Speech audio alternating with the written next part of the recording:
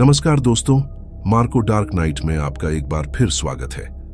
आज हम आपको एक ऐसे सफर पर ले चलेंगे जहां सड़कों पर सिर्फ खामोशी नहीं बल्कि कुछ और भी भटकता है।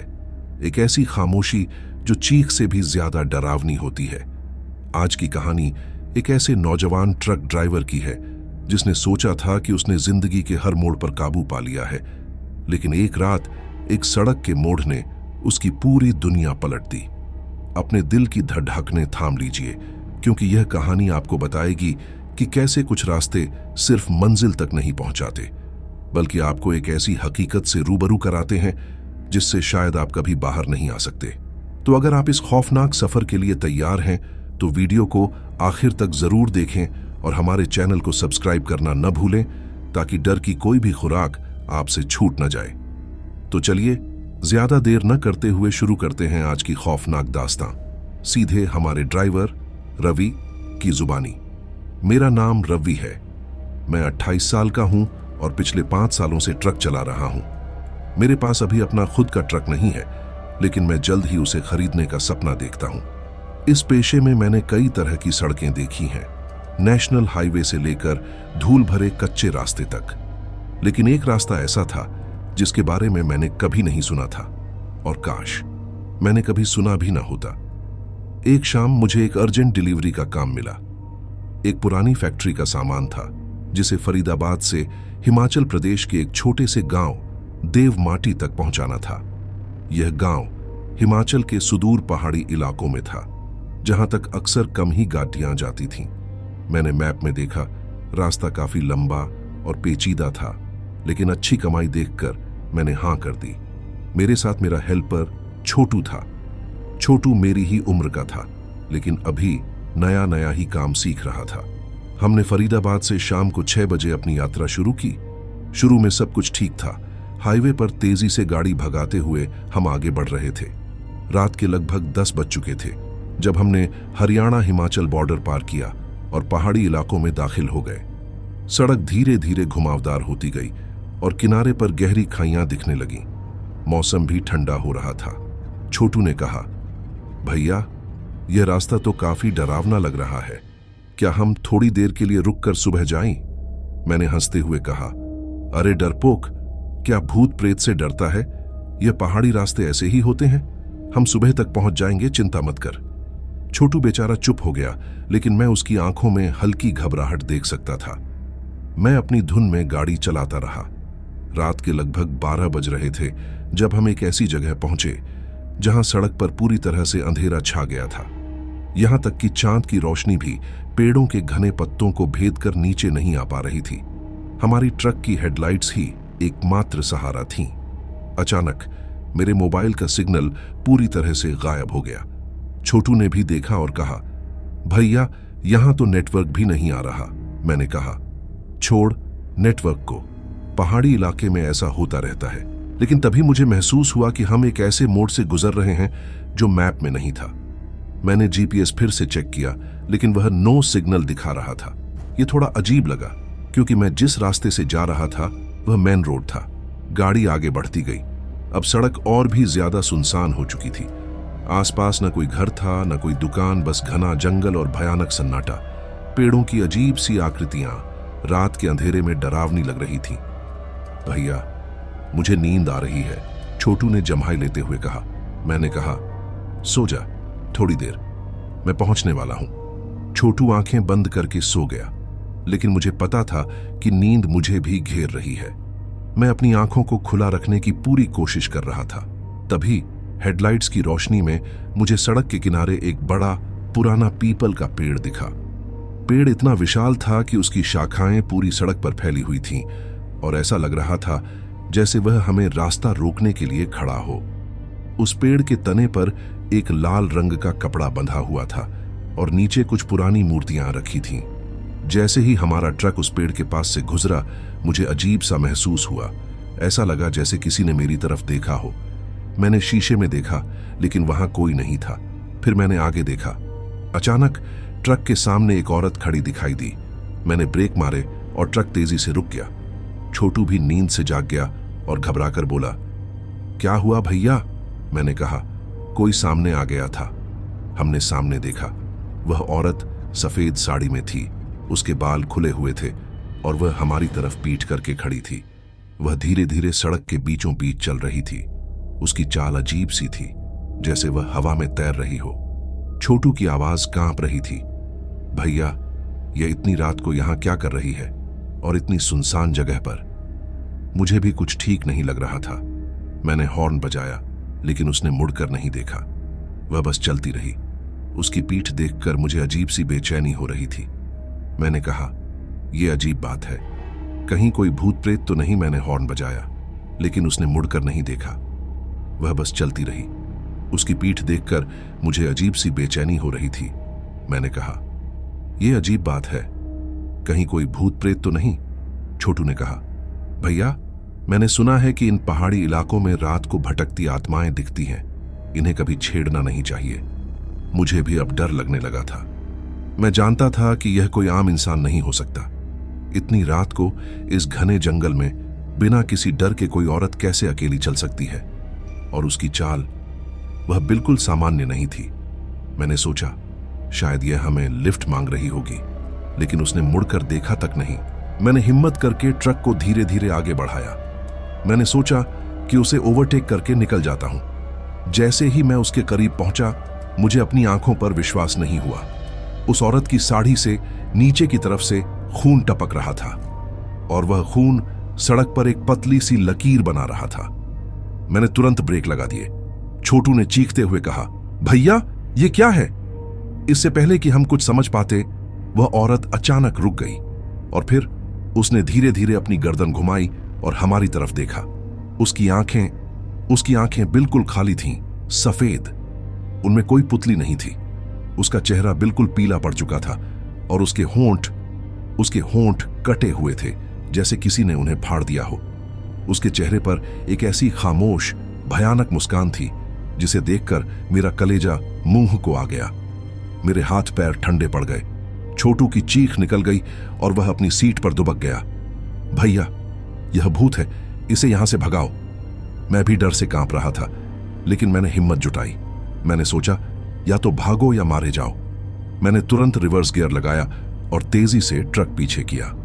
उस औरत की खाली आंखें हमारी तरफ ही थीं। वह हिली नहीं, बस वहीं खड़ी रही। मैंने ट्रक को तेजी से पीछे मोड़ा और जितना तेज हो सकता था उतनी तेजी से गाड़ी भगाने लगा। मैं बस उस जगह से दूर जाना चाहता था। मैं बैक मिरर में देख रहा था, लेकिन वह औरत गायब हो चुकी थी। मुझे थोड़ी राहत मिली, लेकिन यह राहत ज्यादा देर तक नहीं टिक पाई। जैसे ही मैंने ट्रक को वापस उसी दिशा में मोड़ा जिस तरफ से हम आए थे, मैंने देखा कि सड़क के बीचों बीच वही विशाल पीपल का पेड़ था। वही पेड़ जिसके तने पर लाल कपड़ा बंधा था और नीचे मूर्तियां रखी थीं। मुझे याद था कि हम उस पेड़ को पार करके आए थे। ट्रक के हेडलाइट्स की रोशनी में भयानक पीपल का पेड़, यह क्या हो रहा है? मैंने बड़बड़ाया, हम वापस यहां कैसे आ गए? छोटू ने भी देखा और उसकी आवाज फिर कांप उठी, भैया, ये रास्ता हमें बाहर नहीं निकलने देगा। हम उसी जगह पर वापस आ रहे हैं। मैंने फिर से ट्रक को आगे बढ़ाया, पूरी ताकत से एक्सीलेटर दबाया। मैं जानता था कि कुछ ठीक नहीं है। यह एक मायावी रास्ता था जो हमें एक ही जगह पर घुमा रहा था। मैंने घड़ी देखी, लगभग 1 बज रहा था, लेकिन मुझे ऐसा लग रहा था कि हम घंटों से इसी रास्ते पर भटक रहे हैं। मैंने फिर से गाड़ी भगाई। इस बार मैं तेजी से आगे बढ़ा, लेकिन कुछ देर बाद फिर से वही पीपल का पेड़ हमारी हेडलाइट्स की रोशनी में आ गया। नहीं, मैंने चीखा, यह नहीं हो सकता। छोटू रोने लगा, भैया, हम फंस गए हैं, हम यहीं पर मर जाएंगे। मुझे भी अब अपनी मौत साफ दिख रही थी। मैं पागलों की तरह गाड़ी चला रहा था, लेकिन हर बार हम उसी पेड़ के पास वापस आ जाते थे। हर बार जैसे ही हम उस पेड़ के पास पहुंचते, ट्रक के इंजन से अजीब सी आवाज आने लगती और मेरी आंखों के सामने अंधेरा छाने लगता। तभी मुझे एक अजीब सी गंध महसूस हुई, एक सड़ी हुई मीठी सी गंध, जैसे कोई पुरानी लाश जल रही हो। और फिर मुझे एहसास हुआ कि यह गंध उस औरत की साड़ी से आ रहे खून की थी। मैंने खिड़की खोली, लेकिन बाहर की हवा भी वैसी ही गंध से भरी थी। पेड़ों की शाखाएं अब और भी ज्यादा डरावनी लग रही थीं। ऐसा लगा जैसे वे हमारी तरफ बढ़ रही हों, हमें घेरने की कोशिश कर रही हों। मैंने फैसला किया कि मैं अब गाड़ी नहीं चलाऊंगा। मैंने ट्रक को पेड़ से थोड़ी दूर रोका, इंजन को बंद किया और हेडलाइट्स भी बंद कर दी। चारों तरफ घना अंधेरा छा गया। सिर्फ चांद की थोड़ी सी रोशनी जो पेड़ों की पत्तियों से छनकर आ रही थी हमें दिखाई दे रही थी। छोटू और मैं दोनों चुपचाप बैठे थे। हमारी सांसें तेज चल रही थीं। बाहर से हवा की सरसराहट और पेड़ों से आने वाली अजीब सी आवाजें जो किसी जानवर की नहीं थीं, हमें और ज्यादा डरा रही थीं। तभी मुझे ट्रक के पिछले हिस्से से, जहां सामान रखा था, हल्की सी खुरचने की आवाज आई। यह आवाज धीरे धीरे तेज होती गई। ऐसा लगा जैसे कोई अपने नाखूनों से अंदर की तरफ खरोंच रहा हो। छोटू ने मेरी तरफ देखा। उसकी आंखें डर से बाहर निकल रही थीं। भैया, यह आवाज कहां से आ रही है? मुझे उस औरत की याद आई जिसने पीछे मुड़कर हमारी तरफ देखा था। मुझे लगा कि वह हमारे ट्रक के अंदर घुस चुकी है। चुप रहो, मैंने फुसफुसाते हुए कहा, कोई आवाज मत करना। खुरचने की आवाज और तेज हो गई। फिर उसके साथ साथ किसी के रेंगने की आवाज भी आने लगी। ऐसा लगा जैसे कोई भारी चीज हमारे ट्रक के फर्श पर रेंग रही हो, हमारे केबिन की तरफ आ रही हो। मैंने टॉर्च निकाली और उसे तेजी से जलाया। तभी ट्रक के पिछले शीशे पर एक साया दिखाई दिया, एक लंबा पतला साया जिसके बाल बिखरे हुए थे। वही औरत, वह हमारे ट्रक के अंदर थी। मैंने चीखते हुए टॉर्च उस साये पर मारी। वह साया तुरंत गायब हो गया, लेकिन उसकी जगह शीशे पर एक हाथ का निशान बन गया था। एक लंबा, पतला, खून से सना हुआ हाथ का निशान। हम दोनों की हालत खराब हो गई थी। मैं जानता था कि अब यहां से भागना ही एकमात्र रास्ता है। मैंने फिर से ट्रक स्टार्ट करने की कोशिश की, लेकिन इंजन सिर्फ घर्र करके बंद हो गया। नहीं, मैंने चिल्लाया, यह क्या हो रहा है? तभी मुझे ट्रक के केबिन के दरवाजे पर बाहर की तरफ किसी के नाखून रगड़ने की आवाज आई और फिर मेरे दरवाजे के पास की खिड़की पर वही खाली सफेद आंखें दिखाई दी। वह औरत बाहर खड़ी थी और हमारी तरफ मुस्कुरा रही थी, उसी भयानक खामोश मुस्कान के साथ। उसके दांत नुकीले थे और उसके चेहरे पर अब खून भी लगा हुआ था। ट्रक की खिड़की पर भयानक चेहरा, डरावनी आंखें। छोटू ने रोते हुए कहा, भैया, वह आ गई। मैंने डर के मारे अपनी आंखें बंद कर लीं। मुझे लगा कि अब हमारा अंत आ चुका है। वह औरत अपना हाथ खिड़की पर पटकने लगी और शीशा चटकने लगा। धम धम, मैंने अपनी आखिरी हिम्मत जुटाई। मैंने भगवान का नाम लिया और चाबी को फिर से तेजी से घुमाया। इस बार इंजन एक झटके के साथ स्टार्ट हो गया। हेडलाइट्स जल उठीं। मैंने बिना एक पल गंवाए एक्सीलेटर को पूरा दबा दिया। ट्रक एक तेज झटके के साथ आगे बढ़ा। वह औरत हमारे सामने खड़ी थी। मैं जानता था कि मुझे उसे कुचलकर आगे बढ़ना होगा। मैंने आंखों को बंद करके ट्रक को उसके ऊपर से गुजार दिया। मुझे कोई टक्कर महसूस नहीं हुई। ऐसा लगा जैसे हम किसी हवा या धुएं के बीच से निकल गए हों। मैंने पीछे मुड़कर नहीं देखा। मैं बस पागलों की तरह गाड़ी भगाता रहा। मैं इतनी तेजी से गाड़ी चला रहा था कि मुझे पता ही नहीं चला कि हम कब उस मायावी रास्ते से बाहर निकल आए। सूरज की पहली किरण जब पहाड़ों से झांकी, तब जाकर मैंने ट्रक रोका। हम एक छोटे से गांव के पास थे जिसका नाम मनोहारी था। यह देवमाटी से ज्यादा दूर नहीं था। मैं और छोटू दोनों पसीने से भीग चुके थे। हमारी सांसें तेज चल रही थीं। हमें लगभग 1 घंटा लगा खुद को शांत करने में। मैंने कांपते हाथों से ट्रक का पिछला दरवाजा खोला। अंदर मशीनें वैसी की वैसी बंधी हुई थीं। वहां कोई नहीं था, लेकिन ट्रक के फर्श पर एक अजीब सी गीली मिट्टी जैसी चीज फैली हुई थी, जिससे सड़ी हुई लाश जैसी बदबू आ रही थी। और उस पीपल के पेड़ के पास से निकली हुई लाल कपड़े का एक छोटा सा टुकड़ा भी वहां पड़ा था। उस दिन के बाद मैंने कभी रात में अकेले गाड़ी नहीं चलाई और मैंने कभी उस मायावी मोड़ की तरफ मुड़कर भी नहीं देखा। मैंने उस गांव देवमाटी में सामान पहुंचाया और तुरंत वापस लौट आया। लोग कहते हैं कि पहाड़ी रास्तों पर कुछ ऐसी आत्माएं भटकती हैं जो अपना रास्ता भूल चुकी होती हैं और जो तुम्हें भी अपने साथ ले जाना चाहती है। वह औरत कौन थी और वह मायावी रास्ता कहां जाता था, मैं नहीं जानता और शायद जानना भी नहीं चाहता। तो दोस्तों, यह थी रवि और छोटू की उस खौफनाक रात की कहानी। एक ऐसी रात जहां सड़क ने उन्हें एक ऐसे मोड़ पर खड़ा कर दिया जहां से वापसी नामुमकिन सी लग रही थी। क्या वह सिर्फ एक सपना था या एक भयानक हकीकत? क्या उस मायावी मोड़ पर आज भी कोई भटकता है, किसी और ट्रक ड्राइवर का इंतजार करता हुआ? इसका जवाब शायद किसी के पास नहीं है। आपको यह कहानी कैसी लगी, हमें कमेंट करके जरूर बताइएगा। क्या आपके साथ या आपके किसी जानने वाले के साथ कभी कोई ऐसी घटना हुई है? अपने अनुभव हमारे साथ शेयर करें।